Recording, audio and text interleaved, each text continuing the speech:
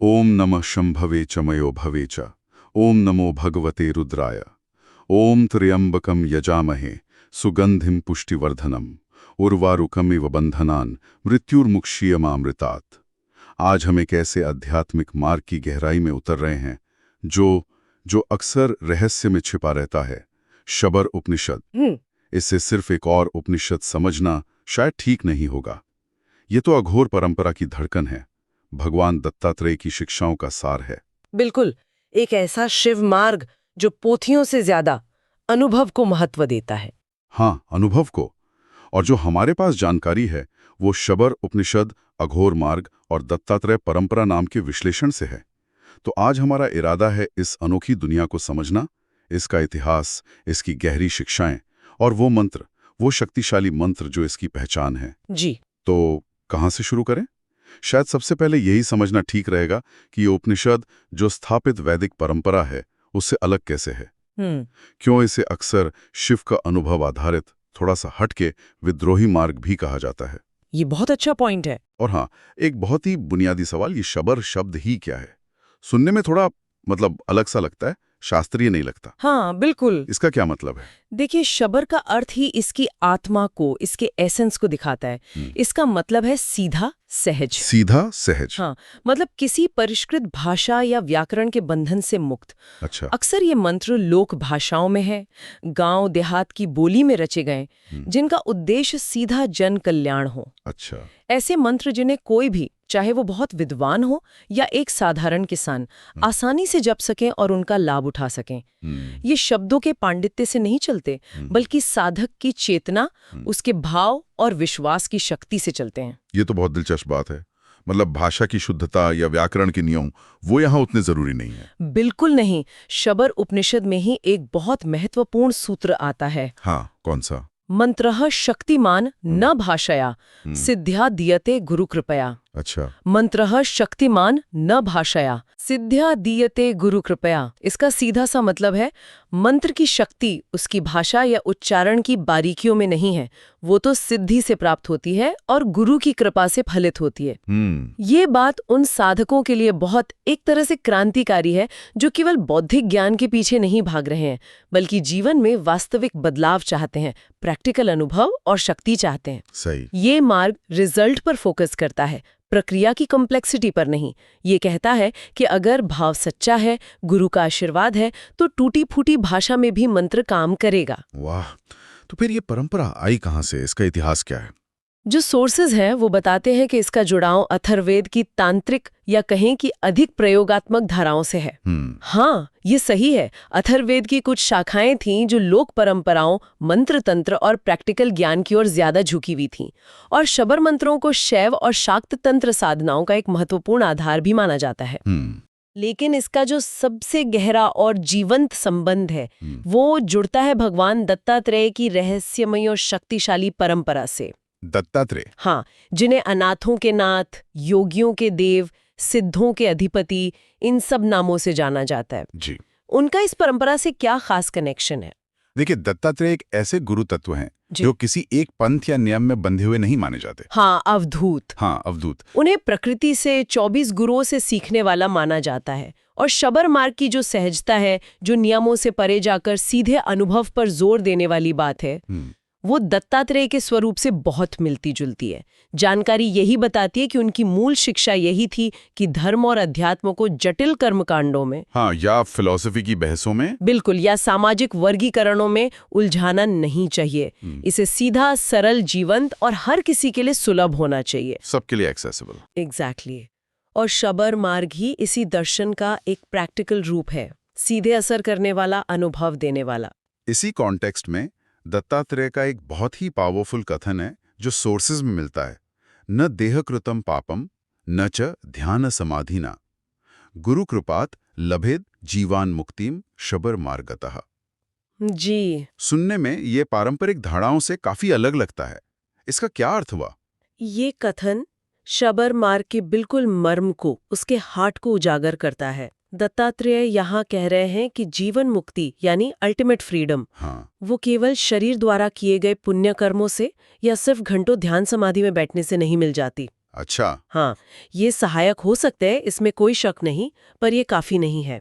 उनके अनुसार शबर मार्ग पर चलने वाले साधक को जीवन मुक्ति मिलती है मुख्य रूप से गुरु की कृपा से। गुरु कृपा। हाँ, बिना किसी कारण के होने वाली कृपा और मंत्र की निरंतर साधना से। ये एक तरह से स्थापित मार्गों को, जो कर्म या ज्ञान योग पर बहुत जोर देते हैं, उनको चैलेंज करता है। ये मार्ग गुरु शिष्य के जीवंत संबंध और मंत्र की जो रहस्यमयी शक्ति है उसे सेंटर में रखता है। ये कहता है कि मुक्ति का रास्ता कॉम्प्लिकेटेड नहीं, सीधा है और गुरु उसे दिखाता है। ये तो वाकई सोचने वाली बात है।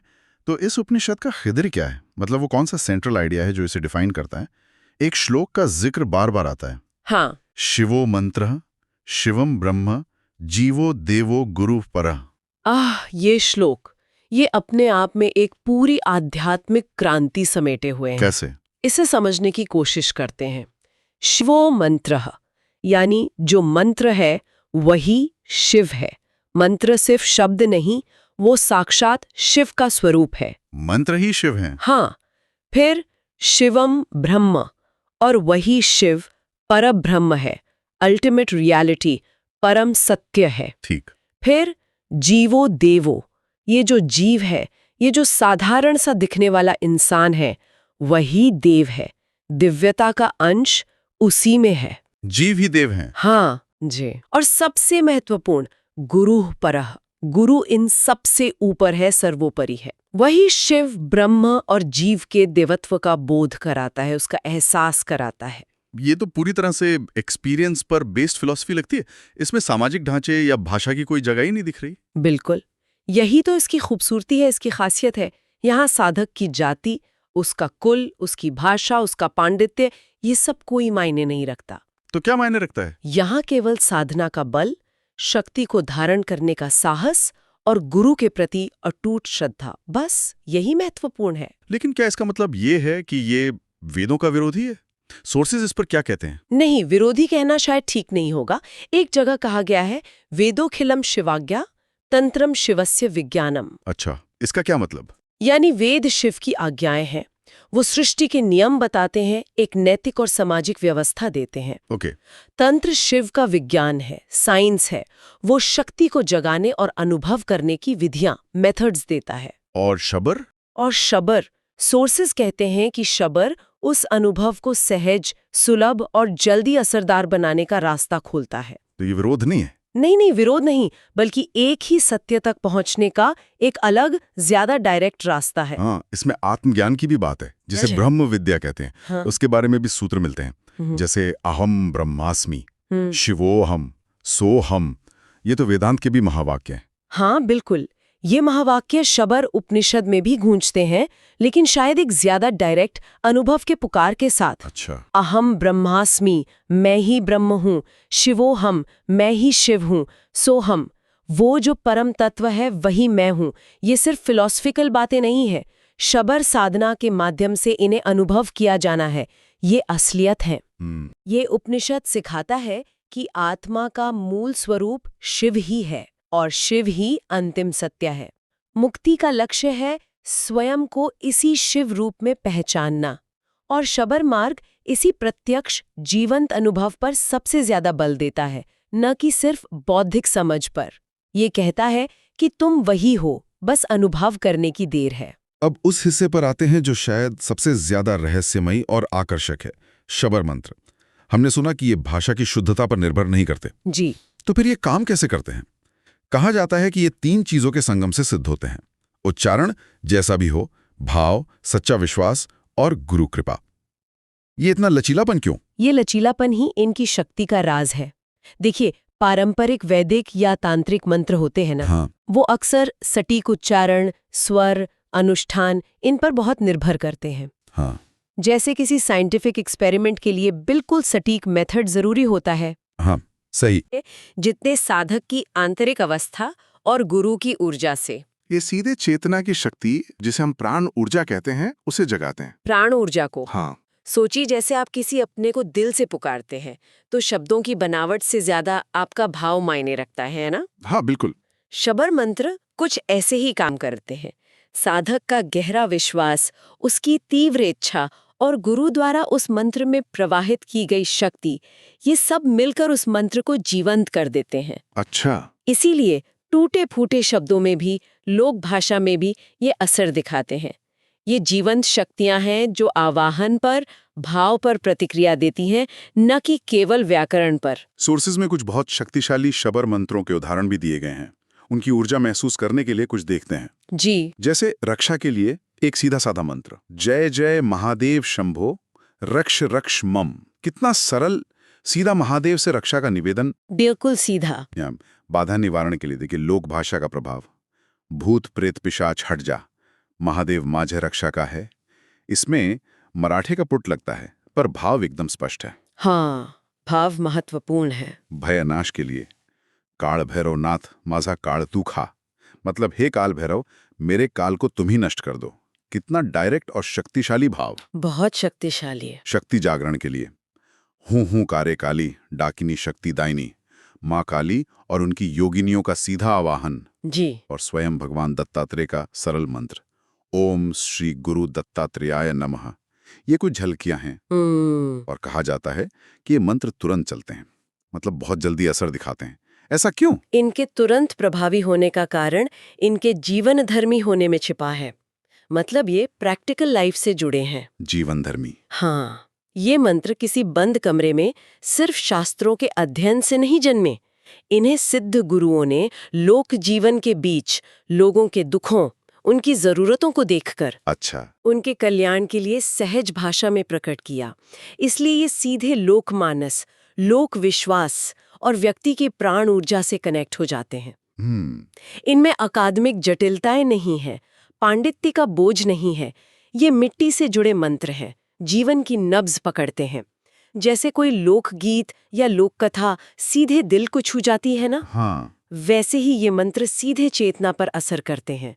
और सिद्ध गुरुओं की तपस्या का बल और उनकी करुणा इनमें होती है, जो इन्हें शीघ्र फलदायी बनाती है। तो एक तरफ ये गहरा आत्मज्ञान है, स्वयं को शिव रूप में जानने की बात, ब्रह्म ज्ञान, और दूसरी तरफ ये तुरंत असर दिखाने वाले शक्तिशाली व्यवहारिक मंत्र। जी।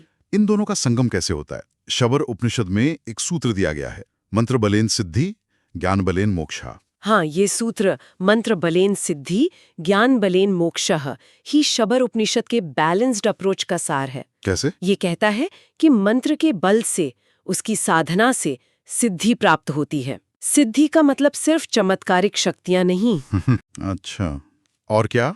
बल्कि जीवन में आने वाली बाधाओं को दूर करने की क्षमता, मनोकामनाओं की पूर्ति, सुरक्षा, स्वास्थ्य, यानी सांसारिक और परासांसारिक दोनों स्तर पर कार्य सिद्धि। ठीक है। लेकिन साधना का अंतिम लक्ष्य केवल सिद्धियां पाना नहीं है। इसलिए दूसरा हिस्सा है ज्ञान बलेन मोक्षः। ज्ञान से मोक्ष। हाँ, आत्मज्ञान के बल से, ये समझने से कि मैं कौन हूँ, मेरा वास्तविक स्वरूप क्या है, मोक्ष यानी परम मुक्ति मिलती है। शबर उपनिषद इन दोनों को अलग अलग नहीं देखता। ये कहता है कि सच्चा साधक दोनों को साधता है। दोनों को? जी। वो मंत्र की शक्ति से जीवन को सुगम बनाता है, बाधाओं को हटाता है और साथ ही साथ आत्मज्ञान के प्रकाश में मुक्ति की ओर बढ़ता है। ये केवल मंत्र जाप का या केवल सूखे ज्ञान का मार्ग नहीं है।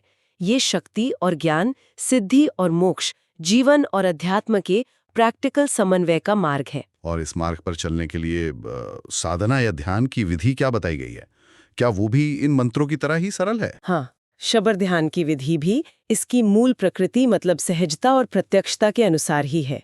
जो जानकारी मिलती है उसके हिसाब से इसके 3 मुख्य नियम या स्तंभ बताए गए हैं। 3 नियम क्या है वो? पहला है सरलता। कोई बहुत ज्यादा जटिल विधि विधान, आसन या मुद्राओं का जंजाल नहीं। मुख्य है सहज होकर बैठना और ध्यान केंद्रित करना। Okay, simple. दूसरा है शक्ति जागरण।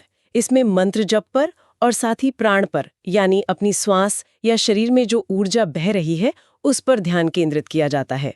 मंत्र जप से सोई हुई शक्ति को जगाया जाता है और प्राण के माध्यम से उसे अनुभव किया जाता है। जप और प्राण पर ध्यान, ठीक है। और तीसरा और शायद सबसे महत्वपूर्ण तत्व है गुरु स्मरण। साधना के दौरान या किसी भी समय गुरु का निरंतर स्मरण बनाए रखना। गुरु का स्मरण? हाँ, माना जाता है कि गुरु की कृपा तत्क्षण उसी क्षण प्राप्त होती है और साधक की साधना को कई गुना बल और दिशा देती है। इसके लिए कोई विशेष ध्यान मंत्र भी दिया गया है क्या? बल्कि और गुरु के महत्व पर इतना जोर क्यों है बार-बार? हाँ, एक ध्यान मंत्र का उल्लेख मिलता है जो इन तीनों तत्वों को जोड़ता है। ओम शिव गुरवे नमः, शक्तिदायिने नमः, सोहम शिवोहम। ओम शिव गुरुवे नमः, शक्तिदायिने नमः, सोहम शिवोहम। इसमें गुरु, शक्ति और आत्मस्वरूप तीनों आ गए। बिल्कुल। और गुरु के महत्व पर बार बार जोर इसलिए है क्योंकि शबर मार्ग मानता है कि ये ज्ञान और शक्ति किताबों से नहीं, सीधे गुरु से शिष्य में प्रवाहित होती है। हाँ, वो कहावत है ना, गुरु बिना गति नाही। वही बात है। इस मार्ग पर गुरु ही प्रकाश स्तंभ है, वही शक्ति का स्रोत है, वही भटकाव से बचाता है और लक्ष्य तक पहुंचाता है। गुरु की कृपा के बिना मंत्र सिद्ध नहीं होते और आत्मज्ञान का अनुभव भी दूर रहता है। अगर हम इसे और बड़े परिप्रेक्ष्य में देखें तो शबर मार्ग को वास्तव में योग, वेदांत और तंत्र का एक सहज संगम कहा जा सकता है, एक त्रिवेणी संगम। त्रिवेणी संगम कैसे? देखिए, योग से चित्त की स्थिरता और एकाग्रता मिलती है जो किसी भी साधना के लिए जरूरी है। हाँ, वेदांत से आत्मज्ञान का बोध होता है, मैं कौन हूं इसका जवाब मिलता है। ठीक। और तंत्र से शक्ति का जागरण, ऊर्जा का अनुभव और प्रत्यक्ष परिणाम मिलते हैं। शबर इन तीनों धाराओं के सार को लेकर उन्हें एक सरल, व्यवहारिक और लोक सुलभ रूप में प्रस्तुत करता है। इसमें रात्रि साधना की कुछ विशेष विधियां, मुद्राएं, त्राटक वगैरह का भी उल्लेख मिलता है जो इसकी तांत्रिक जड़ों को दिखाते हैं, लेकिन वो ज्यादा गूढ़ हैं और व्यक्तिगत मार्गदर्शन पर निर्भर करते हैं। तो इस सारी गहरी चर्चा के बाद अगर हम मुख्य बातों को समेटना चाहें, शबर उपनिषद के सार को कुछ पंक्तियों में समझना हो तो क्या कहेंगे? मुझे लगता है पहली बात तो ये कि ये एक अत्यंत व्यवहारिक, अनुभव पर आधारित मार्ग है। ये पांडित्य से ज्यादा परिणाम पर जोर देता है। बिल्कुल सही। अनुभव और परिणाम। दूसरा, इसका गहरा संबंध भगवान दत्तात्रेय की अवधूत और कृपा केंद्रित परंपरा से है। जी हाँ, दत्तात्रेय इसके केंद्र में है। तीसरी, ये सरल, अक्सर लोक भाषा में रचे गए शक्तिशाली मंत्रों का उपयोग करता है। मंत्र इसकी शक्ति है। और चौथी, इसमें गुरु की कृपा को सर्वोपरि माना गया है। गुरु कृपा अनिवार्य है। और पांचवी, इसका अंतिम लक्ष्य स्वयं के भीतर शिव तत्व का प्रत्यक्ष साक्षात्कार करना है। जीव ही देव है, इस सत्य को अनुभव करना। बिल्कुल, आत्म साक्षात्कार। समापन के लिए सोर्सेज में एक बहुत ही दमदार विचार है जिसे शिव तुर्की स्टाइल समापन कहा गया है। ये उस साधक की घोषणा है जो बाहरी लेबलों से मुक्त हो चुका है। हाँ, वो बहुत शक्तिशाली है। ना मैं हिंदू, ना मैं मुसलमान, ना मैं तांत्रिक, ना वेदवादी। मैं सिर्फ एक साधक हूं। मेरा धर्म केवल साधना है। मेरा गुरु शिव है, मेरा मार्ग शबर है और मेरा लक्ष्य केवल एक है, स्वतंत्रता, पूर्ण स्वतंत्रता। वाह! ये इस मार्ग की असली भावना को पकड़ता है। पहचानों से परे, केवल अनुभव और मुक्ति की सीधी तलाश। और ये समापन विचार वास्तव में एक बहुत ही महत्वपूर्ण सवाल हमारे सामने रखता है। क्या सवाल?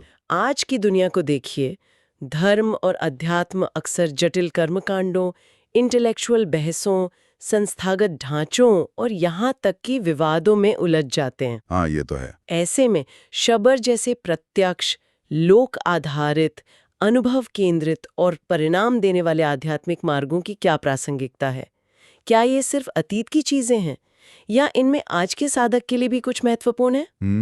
बहुत अच्छा सवाल है। इन सीधे साधे दिखने वाले मार्गों का जो एक स्थायी आकर्षण रहा है, जो आज भी कई लोगों को अपनी तरफ खींचता है, वो शायद मनुष्य की एक गहरी और यूनिवर्सल खोज के बारे में बहुत कुछ कहता है। कौन सी खोज? प्रत्यक्ष अनुभव की प्यास, सिद्धांतों से परे जाकर सत्य को छूने की इच्छा और बंधनों से मुक्ति की जो सहज मानवीय चाहत है।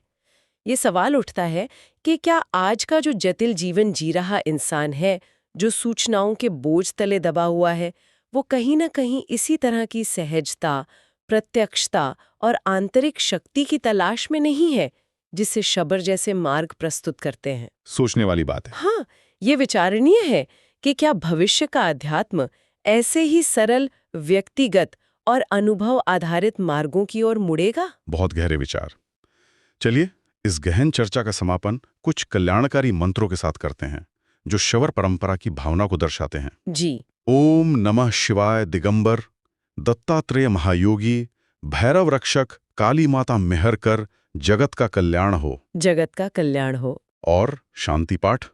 ओम पूर्णमदः पूर्णमिदं पूर्णात् पूर्णमुदच्यते पूर्णस्य पूर्णमादाय पूर्णमेवावशिष्यते। ओम शांति ही शांति ही शांति ही।